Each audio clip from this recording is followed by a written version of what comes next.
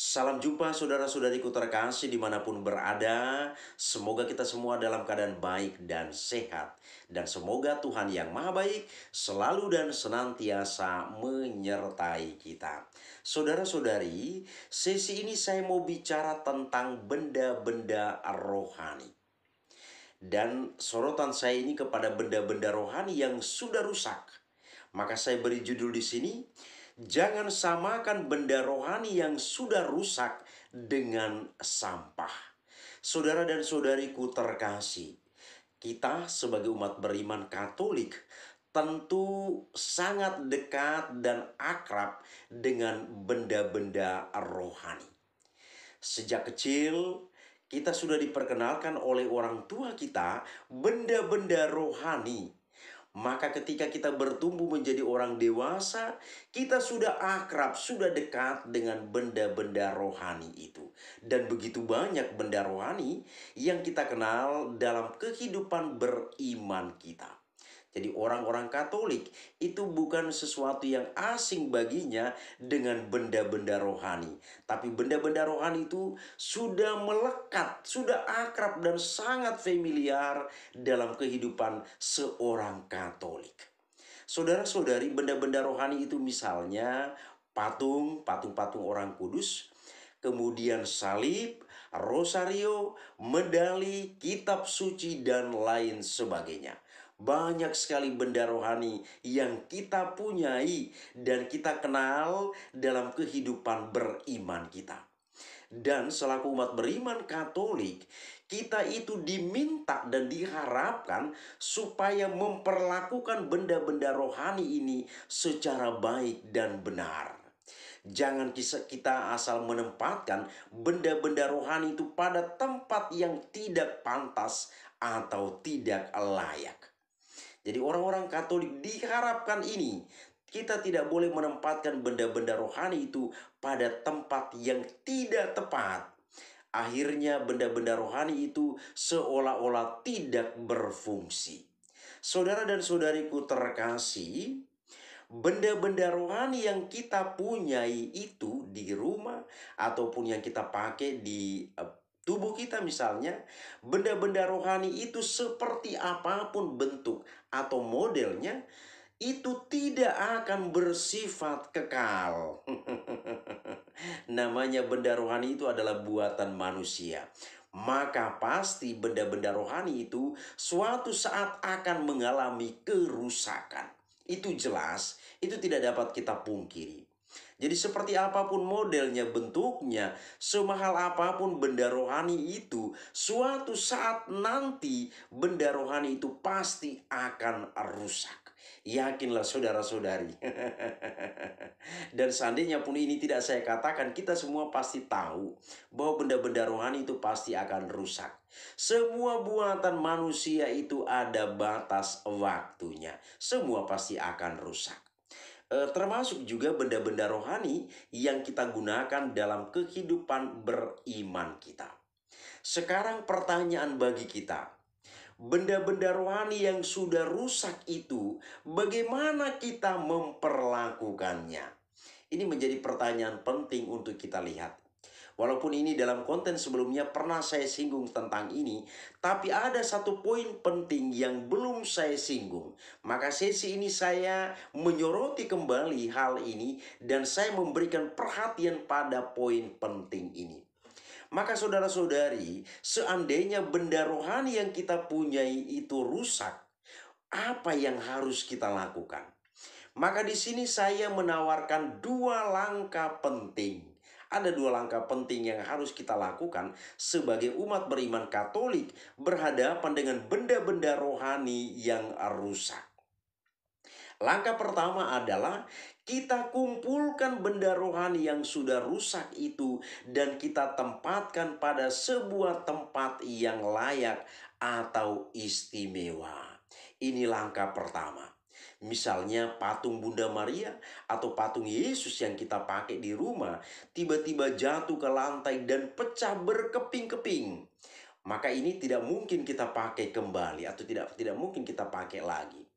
Maka caranya ada atau solusinya adalah kita kumpulkan patung yang sudah pecah berkeping-keping ini, kita masukkan dalam satu alat atau wadah dan kita simpan, kita tempatkan pada sebuah tempat yang layak dan pantas.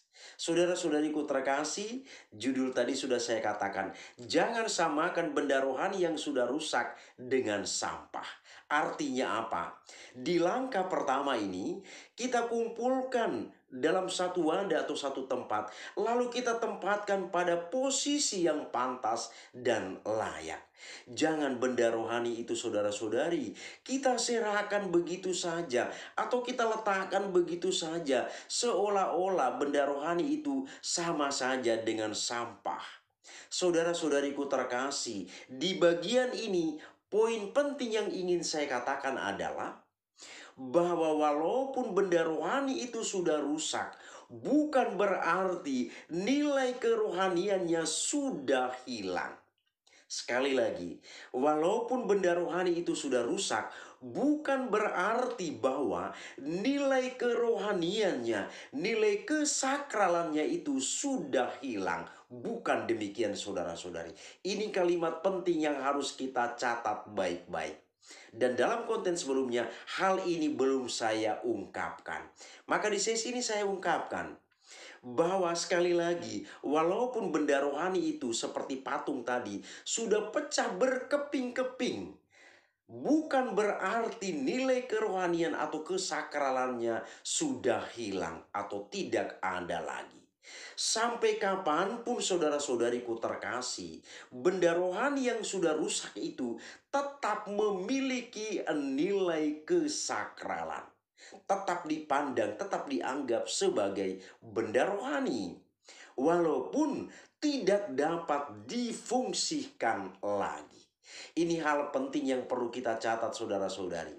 Sehingga apa? Jangan sempat kita jatuh ke dalam sebuah dosa yang disebut dengan dosa sakrelegi. Dari kata sakral, bahasa Latin, artinya kudus. Sakrelegi artinya dosa yang terjadi atau dosa yang diakibatkan oleh perlakuan kita terhadap benda-benda rohani secara tidak pantas atau tidak benar. Maka saudara-saudariku, sekali lagi kami katakan bahwa supaya kita tidak jatuh ke dalam dosa sakrelegi ini, maka benda-benda rohani yang sudah rusak tadi, langkah pertama adalah kita kumpul dalam satu wadah. Kita kumpulkan dalam satu wadah, kita tempatkan pada sebuah tempat atau diposisikan pada sebuah tempat yang pantas dan layak. Ini sebagai langkah pertama. Selanjutnya, langkah kedua, setelah kita kumpulkan benda-benda rohani yang sudah pecah tadi, kita jangan bingung. Di sini kita diarahkan benda-benda rohani yang sudah rusak tadi itu, yang sudah kita kumpulkan tadi, kita antar ke pastor paroki. Maka saudara-saudariku terkasih, di tempat kita masing-masing pasti ada paroki kita. Maka benda-benda rohani yang sudah rusak tadi, mari kita antar kepada pastor paroki kita. Pastor paroki sudah tahu. Pastor paroki pun tidak akan heran. Loh, kok diantar ke saya? Tidak akan ada pertanyaan seperti itu. Pastor paroki sudah tahu bahwa itu adalah suatu cara yang dilakukan untuk menghargai benda-benda kudus yang sudah rusak. Dalam konten saya sebelumnya saya katakan bahwa ada dalam gereja Katolik ada sebuah sumur yang disebut dengan sakrarium. Sakrarium itu adalah sumur atau tempat suci untuk menguburkan atau membakar benda-benda rohani yang sudah rusak. Maka benda-benda rohani tadi yang kita antar kepada pastor paroki akan menguburkan atau membakarnya di dalam sakrarium, atau istilah lainnya atau bahasa Indonesianya sumur suci. Jadi di dalam sumur suci ini akan dibakar atau dikuburkan benda-benda rohani yang sudah rusak. Jadi ini sebagai langkah kedua, saudara-saudari. Jadi kalau di rumah kita ke depannya, atau mungkin saat ini di rumah kita itu kita simpan benda-benda rohani yang sudah rusak. Jangan bingung. supaya kita akhirnya tidak merasa bersalah. Bagaimana saya buat benda rohani yang sudah rusak ini? Maka dengan mendengar penjelasan ini, mari kita antar kepada pastor paroki kita supaya pastor paroki mengambil langkah atau tindakan selanjutnya terhadap benda-benda rohani yang sudah rusak ini. Saudara dan saudariku terkasih, demikianlah informasi sekaligus katekese penting bagi kita selaku umat beriman Katolik. Semoga bermanfaat bagi kita. Terima kasih, Tuhan memberkati.